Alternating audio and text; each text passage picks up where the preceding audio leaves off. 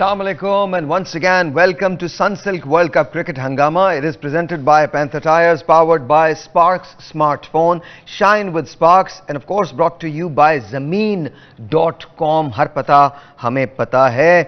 Gentlemen, 149 runs. New Zealand has won the game. Sir, क्या कहते हैं? सलीम मलिक साहब and अब्दुल रऊफ साहब. अच्छा, जैसी एक्सपेक्टेशंस थी कि न्यूजीलैंड जीतेगा तो वही हुआ, न्यूजीलैंड नहीं जीता. कह दें आप कह दें. मुझे पता है आप बहुत बेताब हैं कहने के लिए, प्लीज कह दीजिए. चलिए मैं कह दें. पता है नींद नहीं आनी रात को आपको. कह दें आप कह दीजिए. नहीं, आप खुद ही कह दें. इन दोनों के दबाव की वजह से मैंने अफगानिस्तान को चूज किया. लेकिन आप न्यूजीलैंड को सपोर्ट कर रहे थे. मैं न्यूजीलैंड को अच्छा सपोर्ट नहीं, मुझे लगता है कि सपोर्ट तो शायद मैं अफगानिस्तान को ज्यादा करूं. लेकिन जो टीम थी ना, जो एक्चुअलिटी थी वो ये थी कि न्यूजीलैंड की team is a better team. और मगर मैं आपको बताऊं, आपने जो प्रेडिक्ट किया था ना अफगानिस्तान जीतना, उसी को चाहिए था. अच्छा, वजह कि उन्होंने 4 आउट उनके कर लिए थे. That's true. और उसके बाद जो इसमें कोई शक नहीं कि न्यूजीलैंड, जो हम बार बार कहते हैं कि छोटी पार्टनरशिप लगनी चाहिए, वो पार्टनरशिप उन्होंने लगाई और 2 प्लेयर उनके मैच को लेके उनके हाथ से निकल गए. मगर उसके बावजूद जो 5 कैच छोड़े हैं, मेरा ख्याल है कि अगर वो कैचेस पकड़ते, आप देखें न्यूजीलैंड के एक बंदे ने कैच पकड़ा है, मैं कहता हूँ पूरे टूर्नामेंट में सबसे अच्छा कैच है. सेंटनर ने कैच लिया है. उसने जो कैच पकड़ा है वो पूरे टूर्नामेंट का बेस्ट कैच होगा. मतलब उसने कोशिश की, हाफ चांसेस नहीं छोड़े. अब उसके अगेंस्ट अगर आप अफगानिस्तान को देखें, मेरा ख्याल है कि मेरा ख्याल है, कहना बुरी बात है मगर कहना पड़ेगा कि छोटा बच्चा भी ऐसे कैच नहीं छोड़ता. ऑनेस्ट टू गॉड, जो आज उसने क्या उसका मुजीब यार ऐसा कैच आराम से पकड़ने वाला, वो यूं करके एक हाथ से कैच. हशमत ने कप्तान ने 2 कैच छोड़े हैं. इवन राशिद ने छोड़ा है. आसान कैचेस छोड़ रहे हैं, उस पे आप कैसे फिर एक्सपेक्ट करते हैं? अच्छा, let's see. Look at the catches, the way they were dropped. Look at the catches. Look, oh my God. Oh my God. ये अब ये कैच छूटने वाले तो नहीं है. This is like at this stage of the game, I guess. जब आप वर्ल्ड कप के अंदर अपने मुल्क को रिप्रेजेंट कर रहे हैं तो ये तो मतलब सवाल ही नहीं पैदा होता है. ये जो कैच पकड़ा, on the other hand, look at ये सीधे कैच छोड़े हैं यार. मतलब अगर आप कैसे एक्सपेक्ट करते हैं? Look at that. Even slip के अंदर जो कैच छोटा है, it was very easy catch. Absolutely. ये देखें, सीधा कैच छोड़ा. मतलब अगर आप ऐसे कैच छोड़ेंगे तो फिर कैसे एक्सपेक्ट करते हैं कि आप मैच जीतेंगे? बहुत मुश्किल हो जाएगा. Look at that. स्लिप का जो कैच अभी दिखा रहे थे हम, वो स्लिप का वो कैच था जो इसको दोबारा से अगर हम चला सकते हैं तो दिखाइएगा. स्लिप का जो कैच छूटा है, that was unbelievable. ये इनको स्लिप कहते हैं. नहीं, Look, ये वाला that's the catch. और ये मेरे ख्याल से पहले ओवर में था या दूसरे ओवर में था, कुछ somewhere there. उसके बाद भी रिकवर कर गए थे भाई. उसके बाद भी उन्होंने उनको 110 पे 4 आउट करने के बाद जो उन्होंने बुरा खेला है. हालांकि डिसीजन हम सब कह रहे हैं कि जी डिसीजन उन्होंने गलत लिया. उनके सेकंड इनिंग में उन्होंने बॉलिंग बहुत अच्छी की थी, हालांकि सेकंड इनिंग में वाकई बहुत ज्यादा टर्न हुआ है. ये कुछ वर्ल्ड कप में कुछ विकेट्स बहुत स्ट्रेंज. अच्छा, मैं आपके लिए एक काम करता हूं. मुझे अफगानिस्तान की जो बैटिंग है, जरा कोई बात नहीं, ये लाइव में ऐसा हो जाता है, पेपर जो ऊपर से गिरा है, कोई मसला नहीं, इसे काटिएगा मत प्लीज, इसको जाने दीजिएगा. It's fine. और पता नहीं क्या कुछ चीजें ऊपर से गिर जाएंगी, लेकिन but anyway, I am just saying that it's okay, it happens. So please, अगर अफगानिस्तान की बैटिंग को हम लगा सकें, मुझे देखनी है अफगानिस्तान की batting. Look at that. Oh my God. Salim भाई क्या कहते हैं? यार उनकी बॉलिंग तो हम हमेशा से कहते हैं कि बहुत अच्छी बॉलिंग है. उन्होंने लाइन पे बॉल किया, उन्होंने कुछ ऐसा वो काम नहीं किया. मगर यहाँ एक चीज़ हो रही है कि रात को ना समहाउ बॉल जो है ना वो फास्ट बॉलर को हेल्प कर रहे हैं. विकेट बहुत हेल्प कर रही है, बॉल निकल रहा है. नॉर्मली ये होता है कि सेकंड टाइम ड्यू फैक्टर की वजह से बॉल सीधा रहता है.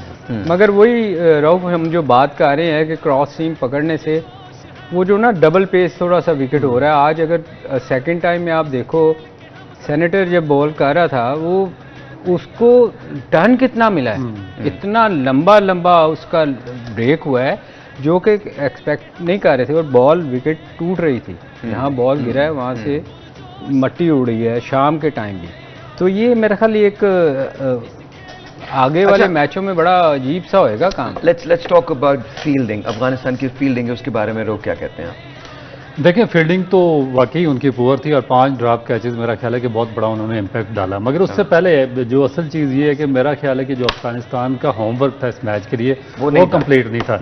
मैंने आपको अर्ली पार्ट में बताया था प्रोग्राम के कि इस पिच पर जो चेन्नई में 268 हाईएस्ट स्कोर बना और जो चेज करने वाली टीम है उन्होंने कभी भी 220 से ऊपर रन्स नहीं किए और जो एवरेज है वो 228 थी फर्स्ट टीम की और जो सेकंड बैटिंग कर रहे थे 207 थी उनकी। आज इन्होंने 288 कर दिया तो वो मेरा नहीं ख्याल कि इस पिच पर चेजेबल था। तो दूसरी जो बेसिक चीज़ थी इसमें कि जो टॉस अगर आपको याद हो तो रऊफ पहले भी ये कह रहे थे कि इन्होंने टॉस जीता है तो इनको पहले बैटिंग करनी चाहिए। बिल्कुल, और बहुत इजी हो जाता है इनके लिए अगर ये बैटिंग करते तो इनके जो बॉलर्स थे लास्ट मैच ये जीते हैं सेकंड बैटिंग कर बॉलिंग कर, बिल्कुल ऐसे ही है।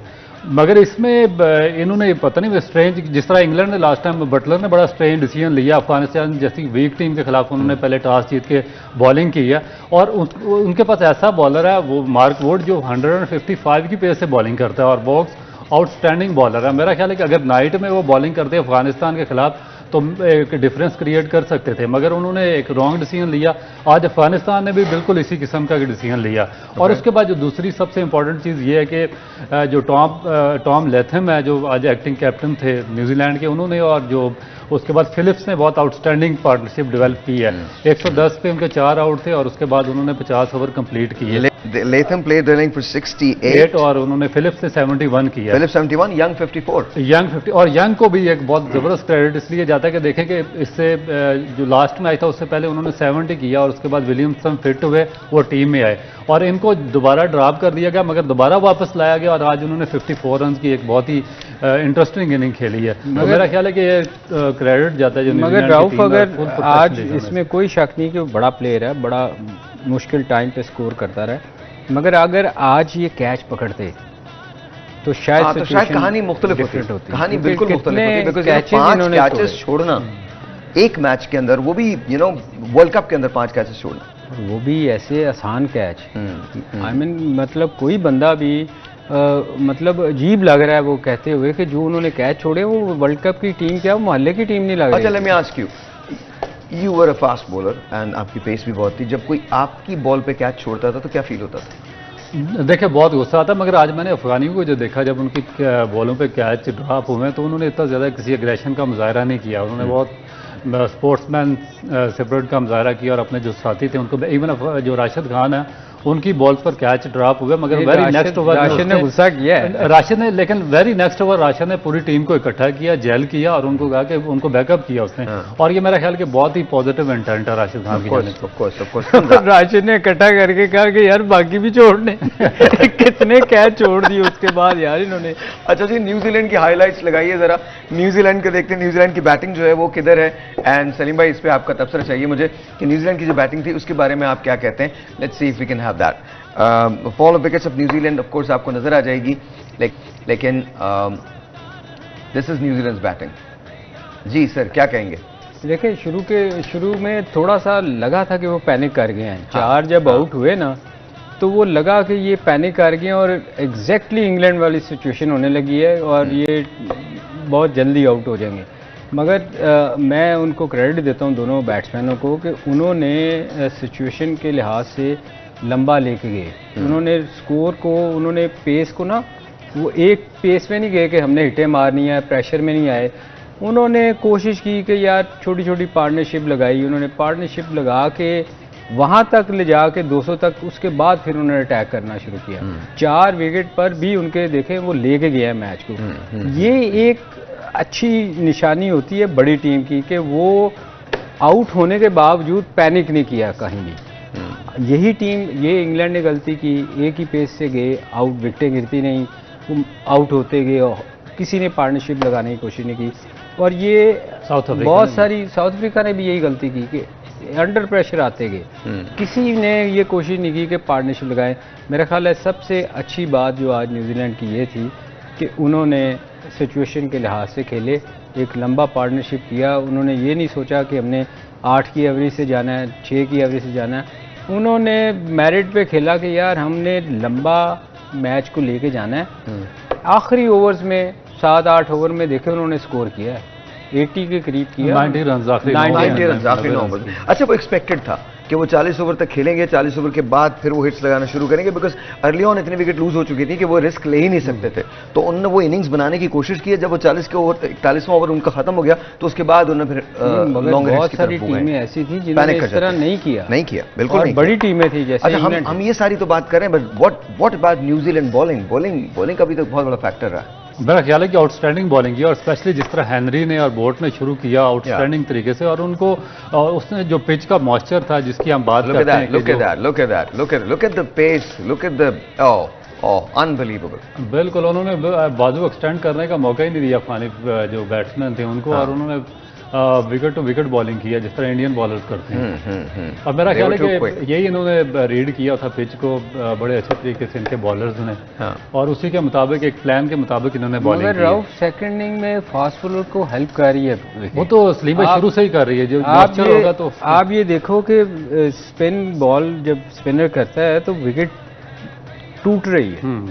सेकंड इनिंग में भी अगर आप देखें तो उनका लेफ्ट आर्म जब स्पिन कर रहा था तो बॉल ग्रिप कर रहा था और विकेट में से वो लग रहा था कि जैसे टूट रही है। आज जो उसने नबी को बोल्ड किया है, मेरा ख्याल है आउटस्टैंडिंग बॉल। उससे पहले एक बॉल किया, अंदर लेके आया, फिर टर्न की, और फिर उसको समझ ही नहीं आई कि मतलब एक्सपेक्ट नहीं कर रहा था कि ड्यू फैक्टर से शायद सीधी। अच्छा, इसमें सलीम भाई ज्यादातर टीमें जो है वो पिच रीड करने की बजाय वो इंडियन डिसीजन देख रही हैं जो उन्होंने लिया था ऑस्ट्रेलिया के खिलाफ, यानी कि टॉस जीतकर उन्होंने पहले बॉलिंग का फैसला किया बॉलिंग का, तो बाकी टीमें भी उसी डगर पर चल रही हैं। मगर जो पिच है उनका बिहेवियर अब चेंज हो चुका है।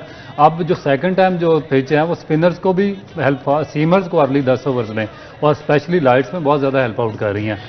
तो हम भी इसके पीछे चलेंगे, हमारी अपनी कोई सोच होगी? नहीं, मेरा ख्याल है कि इसी पे जाना पड़ेगा। असल में हो क्या रहा है कि जैसे हम काफ़ी दफ़ा ये बात कर चुके हैं, जैसे जैसे मैचेस होंगे ना विकेट इतना अच्छा नहीं रहेगा, क्योंकि जब आप रोज एक विकेट उसका बिहेवियर चेंज होता रहेगा क्योंकि वो स्पिन को हेल्प करेगी, और इवन स्पिन को क्या सेकंड इनिंग में तो फास्ट बॉलर को भी हेल्प करेगी। एक काम करते हैं ना, एक ब्रेक लेते हैं, ब्रेक के बाद सलीम भाई बताएंगे कि बैटिंग में क्या गलतियां हुई और क्या अच्छी बात थी, और इसके बाद आप बताएंगे सर बॉलिंग के अंदर क्या कुछ किया जा सकता था। Then of course we are gonna talk about India and Bangladesh, उनका मैच है, और दबाव में कुछ भी हो सकता है, कोई शख्स कुछ भी कर सकता है, इवन दो वो अपनी टीम भी बदल सकता है। तो ये आप इन लोगों को समझाएं कि दबाव मत दिया करें, प्रेशर में ये प्रेशर टैक्टिक्स काम नहीं आनी चाहिए। I was supporting New Zealand and then all of a sudden I had to change my decision. एक छोटा सा ब्रेक है जी, मिलते हैं ब्रेक के बाद।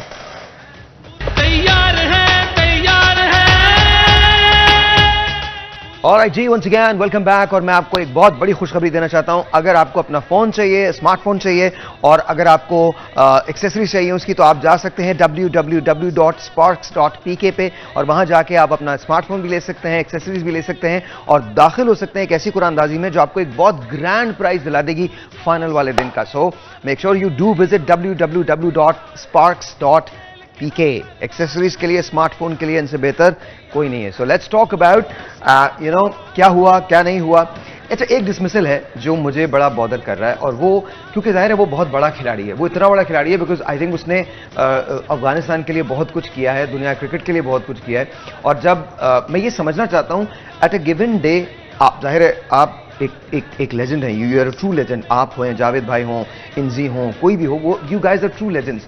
लेकिन कहीं ना कहीं आप लोगों से भी कोई ना कोई उस गिवन डे पे कोई ना कोई ऐसी मिस्टेक होती होगी। तो आज गुरबाज से गलती क्या हुई? आज गुरबाज ने क्या किया जो उन्हें नहीं करना चाहिए था? आई डोंट थिंक कि किसी को आप कोच कर सकते हैं इस लेवल पे, मगर मेरा ख्याल है जो मेन गलती हो रही है ना, वो बेसिकली फुटवर्क की हो रही है। कि आपका बैट देखें ना, आपका बैट यहाँ से आ रहा है, अगर आप आउट देखें ना, तो आपका फुटवर्क ही सही नहीं है। अगर आप सीधा नहीं जाएंगे, आप स्ट्रेट बैट से नहीं होएंगे, तो यहाँ से ओपनर का बैट जब आएगा तो बड़ा मुश्किल है, क्योंकि आगे से जब सीम होएगा तो आप उसको खेल नहीं पाएंगे। और जिस पेस पे बॉल हो रही है वो भी बड़ा काउंट करता है ना, बिकॉज आपको टाइम नहीं मिल रहा है। क्योंकि यहाँ सेकंड इनिंग में ये हो रहा है कि बॉल पड़ने के बाद आपको टाइम नहीं दे रहा। अगर आप प्रॉपर लाइन में नहीं होएंगे तो आप मिस करेंगे, 100% मिस करेंगे। तो मैं ये छोटी छोटी गलतियाँ जो बैट्समैनों से हो रही हैं, वो किसी से भी हो सकती है। फ्रैक्शन ऑफ सेकंड में आपने डिसीजन लेना होता है, मगर जिसकी अच्छी टेक्निक होएगी, जो प्रॉपर जिसका वो खेलेगा टेक्निक के साथ, वो उसके चांसेस चलिए एक काम करते हैं ना, यू कोच मी, आप यहाँ आइए। नहीं सीरियसली, आई नीड, देखें क्रिकेट तो मैंने खेली है, but then at the same time I need to, I want Salim Malik साहब to coach me. So fine, Bolt is bowling and what should I do? Knowing कि wicket हमारी यही आप बॉल खेले। मैं बॉलिंग कर दूं आपको। सर ऐसी बात नहीं, आप ये मत करें, खेला है मैंने आपको, ये बात ये नहीं करें। एक्चुअली गलती देखें हो सकती है जब आपका बैट बाहर से आएगा ना, ठीक है, फास्ट बॉलर को, हाँ, तो बड़ा मुश्किल है उसको। आप for instance that ball that was coming, उसके लिए क्या करना चाहिए? आपको आपका बैट स्ट्रेट आना चाहिए ना। जब आपका इधर से आपका यहाँ से बैट आएगा तो मुश्किल है ना। ओके, सो अगर if I use my foot like this, होना तो यही चाहिए ना। This is what needs to be done. Basically आज जो थी ना, जो कोचिंग आज जो कोचिंग होनी चाहिए थी ना, फील्डिंग की होनी चाहिए थी। ट्रू। देखिए गलती क्या हो रही है फील्डिंग की, अगर आप इजाजत दें तो सर ऑफ कोर्स। देखें होता क्या है जब आप कैचेस क्यों छूटते हैं। आज देखें उसने क्या कैच छोड़े हैं, वो खैर ये तो एक्सेप्शनल था, मैं वैसे जनरली बता रहा हूँ कि फील्डिंग में आप जब प्रैक्टिस करते हैं, आप ऑब्वियसली आप भी मेरे जहन में ना एक चीज आ रही है, बट आप बोलते रहे। बोले। एक काम करते हैं, आप उधर जाइए। नहीं वो जरूरी नहीं है। नहीं मैं कुछ और कह रहा हूँ, एक मिनट जाइए तो सही, एक मिनट जाइए कप्तान। आई मीन आपके साथ मतलब अगर इस तरह की प्रैक्टिस हो जाए तो क्या बात है सर, आप बात करते जाएं। ये वो बताने वाली है, कैच करने वाली नहीं है। अच्छा साहिर भाई, देखें हमेशा आप जब नेट में फील्डिंग करते हैं ना, ये टिप है लोगों के लिए, बच्चों के लिए, कि जब आप नेट पे फील्डिंग करते हैं ना, रोब भी करता, हम सब करते थे, आप भी खेलते होंगे बचपन में, अक्सर आपको ना हम लेके जाया करते थे, यार मुझे कैचिंग करवा दो। जब आप कैचिंग के लिए खड़े होते थे ना, स्लिप कैचिंग के लिए या किसी फील्डिंग में आप खड़े होते हैं, तो वो आपको कैच करवाता था, तो आप क्या करते थे, आप रेडी होते थे कि ये सिर्फ आपके लिए पास बॉल आना है। ऐसे ही है ना, ऐसा और उसमें चांसेस कम होते थे आपके कैच छूटने के, क्योंकि आप रेडी होते थे कि आना ही मेरी तरफ है। एक्चुअली जब बॉल हो रहा होता है ना, तो आपका कोई भी फील्डर, आप मिड ऑफ पे उसको रेडी होना चाहिए, उसको ये सोचना चाहिए कि ये बॉल मेरी तरफ ही आना है। ओके, जब आप ये करेंगे ना, तो आपके चांसेस 90% है कि आप कैच नहीं छोड़ेंगे, आपसे मिसफील्ड भी नहीं होगी। देखिए एंटीसिपेट क्या होता था, जॉन्टी रोड था ना, ओह अमेजिंग, उससे बड़ा फील्डर शायद कोई नहीं दुनिया में कम ही आया। वो क्या करता था, मैंने छोड़ दी क्रिकेट, वरना मैं देखिए जब बैट्समैन कोई जवाब नहीं दिया उन्होंने इस बात। नहीं चूंकि मैं वो उसको बताना चाह रहा था। देखिए जब जॉन्टी रोड का क्या था, वो एंटीसिपेट बड़ा अच्छा करता था।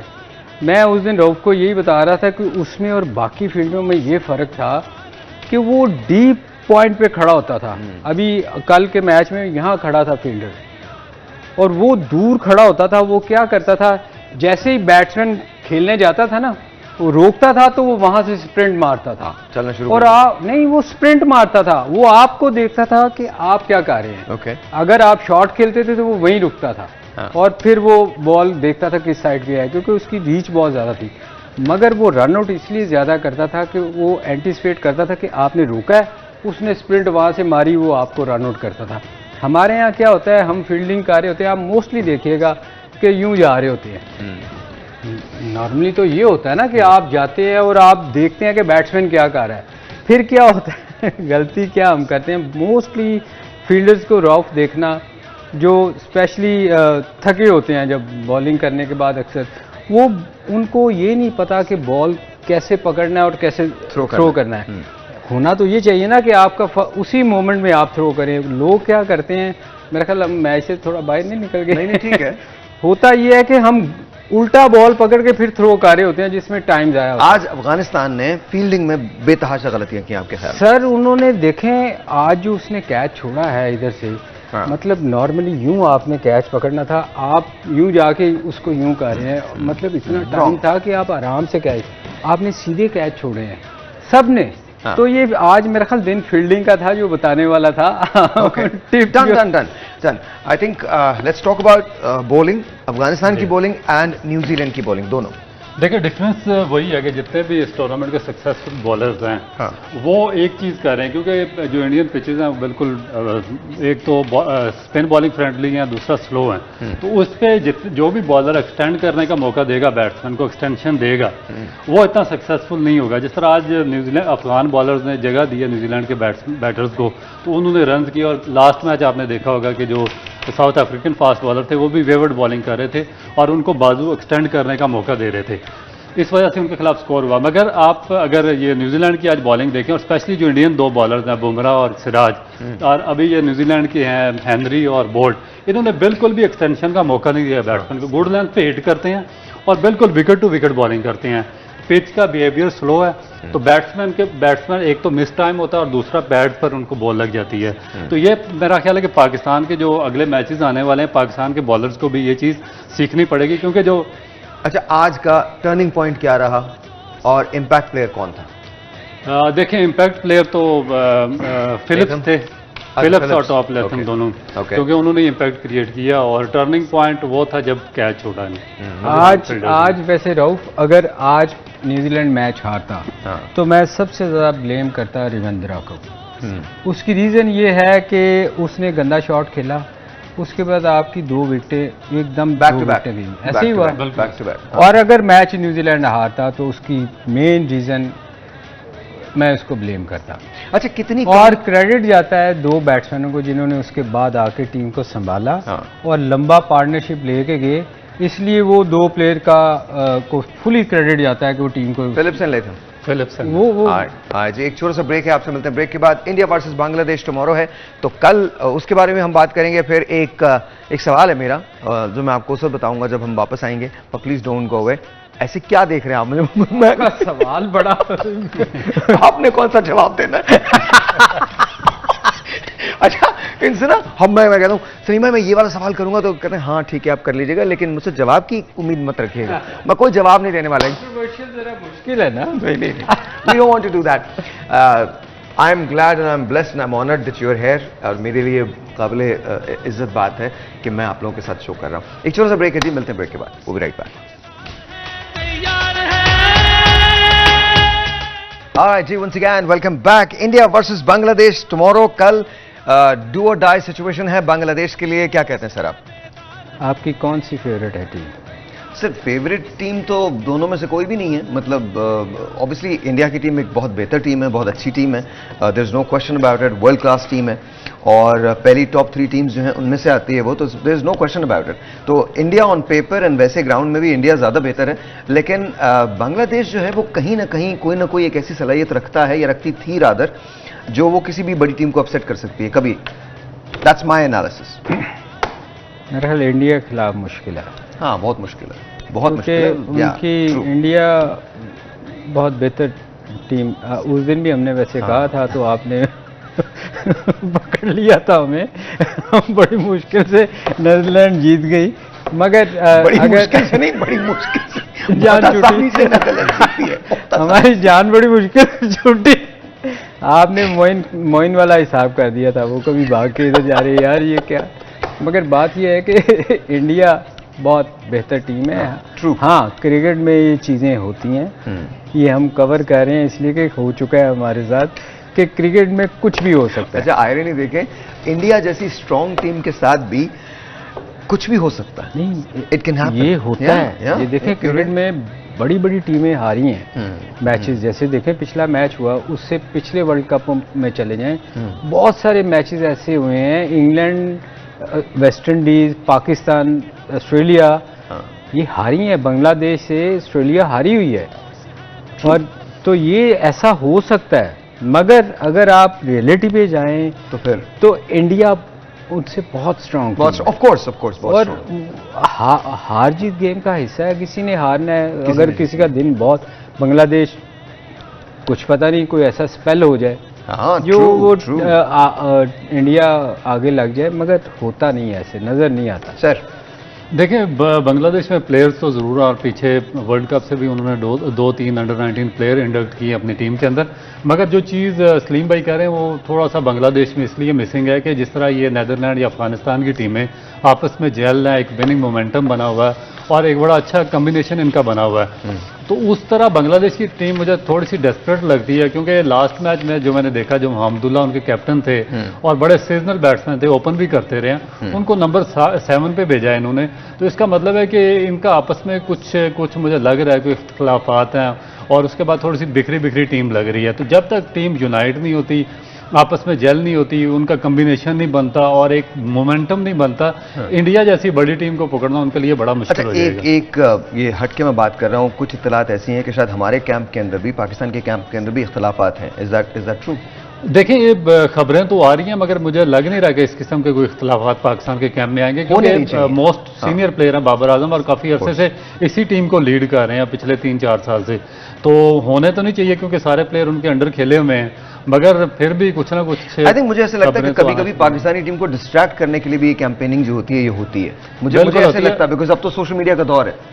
देखें, ये मेरा ख्याल है थोड़ा सा रौफ छुपा गया। मैं उस दिन कुछ देख रहा था वीडियो, कुछ लोग बातें कर रहे हैं, ओके, मगर मेरा ख्याल है जो अच्छा कैप्टन होता है ना, वो अपनी टीम को लेके चलता है, साथ सबको साथ लेके चलता है। इख्तलाफात तो हर दौर में रहे हैं ना, ऐसा तो नहीं हो सकता कि तमाम लोग एकदम सिंक हों। और वो चलिए, अगर इख्तलाफात हैं तो भी क्या, कॉज तो एक ही है ना, कॉज तो एक ही जीतना। देखिए, इंग्लैंड की बाहर टीम है, वो 18 लोग काउंटी से आते हैं, मगर जब वो इंग्लैंड के लिए खेलते हैं ना, तो ऐसे लगता है कि इनसे ज़्यादा मोहब्बत वतन कोई नहीं है। तो जब आप पाकिस्तान के लिए खेलते हैं ना, कोई भी कैप्टन हो, मैं हूँ, आप हो, कोई भी हो, फिर वो आप पाकिस्तान के लिए खेल रहे हैं, फिर उसके लिए ना आपको ये नहीं सोचना चाहिए कि मैं इसको अच्छा, मेरे पसंद नहीं है, ये सही खड़ा नहीं होता, ये जिसकी चाल, वो फिर आपको पाकिस्तान के लिए परफॉर्मेंस देनी होती है। मैं देखें, अच्छा कप्तान जो होता है ना, वो सबको साथ लेके चलता है। अच्छा, एक सवाल जो मुझसे किसी ने कहा है, मैं आपसे पूछ रहा हूँ। उन्होंने मुझसे ये कहा कि अगर हम वर्ल्ड कप के सेमीफाइनल में क्वालिफाई नहीं करते तो क्या बाबर आजम की कैप्टनशिप खतरे में होगी? देखें, होता तो ये है कि जब आप बड़ा टूर्नामेंट हारते हैं ना, तो अक्सर टीमें आके कप्तानी से शोर मचता है कि ये कप्तान चेंज कर दिया जाए। हालांकि उसमें सबसे ज़्यादा कसूरवार जो होती है मैनेजमेंट होती है। आप देखें ना, कभी आपने देखा कि मैनेजमेंट चेंज हुई है, टीम हारी है, तो सबसे ज़्यादा ब्लेम कप्तान को दिया जाता है। तो जब कप्तान टीम सेलेक्ट करता है और शोर मचता है जी कप्तान ने अपनी मर्ज़ी के प्लेयर डाले हैं, तो जब आप उसको चेंज करते हैं ना, फिर उसको ये चीज़ ज़रूर बतानी चाहिए कि ये अपनी मर्ज़ी की टीम लेके जा रहे हो, तो फिर जब हारोगे तो फिर तुम्हें ब्लेम लेना होगा कि मेरी वजह से टीम हारी है और मैं छोड़ रहा हूँ जी, क्योंकि मैं अच्छा परफॉर्म नहीं कर पाया। मगर होता क्या है कि यहाँ ना कप्तान की सुनी जाती है, ना मैनेजमेंट की सुनी जाती है। सवाल मेरा, if not Babar Azam then who? मेरा ख्याल उससे अच्छी चॉइस है ही कोई नहीं। एग्जैक्टली। अच्छा, इसमें देखिए, क्योंकि आपका वो वाहद बंदा है जो परफॉर्म कर रहा है और काफी देर से कर रहा है। तो अगर हाँ, बाबर अगर उसको बहुत ज़्यादा, कई दफ़ा होता है कि कप्तानी का प्रेशर होता है, प्रेशर बहुत ज़्यादा, आपकी परफॉर्मेंस आप अच्छी नहीं कर पाते। जैसे तेंदुलकर ने छोड़ दी थी कि मैं कप्तानी नहीं कर सकता क्योंकि मेरी परफॉर्मेंस अफेक्ट करती है। तो ये बाबर का डिसीजन होना चाहिए कि अगर वो नहीं कप्तानी करें, मेरे ख्याल उससे बेहतर मुझे लगता है कि उससे बाबर से बेहतर चॉइस पाकिस्तान के पास कोई नहीं, इस वक्त तो कोई नहीं है, करंटली तो कोई भी नहीं, मेरा नहीं ख्याल। देखिए, प्रॉब्लम पता क्या, प्रॉब्लम पाकिस्तान क्रिकेट बोर्ड की है, क्योंकि पाकिस्तान क्रिकेट बोर्ड बहुत वीक है। आप पिछले 6 महीने से या इससे भी ज़्यादा अरसे से, 1 साल से आप अडाक पे चल रहे हैं, और आप अभी कैप्टनसी की बात कर रहे हैं। मुझे तो पाकिस्तान क्रिकेट बोर्ड की नहीं पता कि 5 तारीख को जो मैनेजमेंट कमेटी जो अभी चल रही है, 5 नवंबर को इनका टर्नओवर खत्म हो रहा है, और ये जो हमारे चेयरमैन है मैनेजमेंट कमेटी के, इनका भी टर्नओवर खत्म हो जाएगा। इलेक्शन कराने में ये पिछली मैनेजमेंट कमेटी भी और ये भी टोटली नाकाम रहे हैं। अब बात आपने जो बाबर आजम की बात की, आपसे ही सवाल है, बट दिस बैफल्स मी, मुझे समझ में नहीं आ रहा। इस वक्त पाकिस्तान की टीम जो है वो वर्ल्ड कप खेलने गई हुई है। इस वक्त अगर ये सिलसिला होता है कि मैनेजमेंट कमेटी के चेयरमैन को चेंज कर दिया जाता है, क्या इसका कोई इंपैक्ट पाकिस्तानी टीम पे हो सकता है? बिल्कुल किसी किस्म का कोई इंपैक्ट नहीं आएगा, क्योंकि वो तो अपना क्रिकेट खेल रहे हैं, उनका ताल्लुक वास्ता ही नहीं है। I just want to know. अब जो प्रॉब्लम बाबर आजम की आपने बात की है, तो ये जो चीज़, ये बात निकलना भी पाकिस्तान क्रिकेट बोर्ड से शुरू होती है। मैंने लास्ट ईयर भी एक प्रोग्राम में मैंने बात की थी कि जो आपकी फ्रेंचाइज क्रिकेट है, ये पाकिस्तान की क्रिकेट को स्ट्रॉन्ग करने के लिए बेसिकली ये होती है, मगर यहाँ से हवा उठती है कि फलाने को कैप्टन बना दिया जाए। एक फ्रेंचाइज का कैप्टन बनता है, उसके बारे में खबरें आना शुरू हो जाती है कि इसको पाकिस्तान का कैप्टन बनाया जाए, एक दूसरे का, फिर उसमें प्लेयर्स के इख्तलाफात बेशुमार खुलकर सामने आते हैं। तो पाकिस्तान क्रिकेट बोर्ड को ये जो फ्रेंचाइज क्रिकेट है इन पर सख्त ये चेक एंड बैलेंस रखना चाहिए कि भाई ये पाकिस्तान टीम का कैप्टन है और इसके बारे में आप कोई बात नहीं कर सकते। अगर आपका कोई कैप्टन है तो ठीक है, आप उसको अपने आप तक रखें। ये नहीं कि आप प्लेयर में आप इख्तलाफात को हवा देना शुरू कर दें। अब ये 3-4 फ्रेंचाइज हैं वो मुसलसल यही इसी बात का राग लाप रही है कि भाई हमारा प्लेयर टीम में होना चाहिए, जो हमारी टीम को लीड कर रहा है वही पाकिस्तान टीम को लीड करना चाहिए। वाई? तो ये चीज़ गलत है। मेरा क्वेश्चन है क्यों?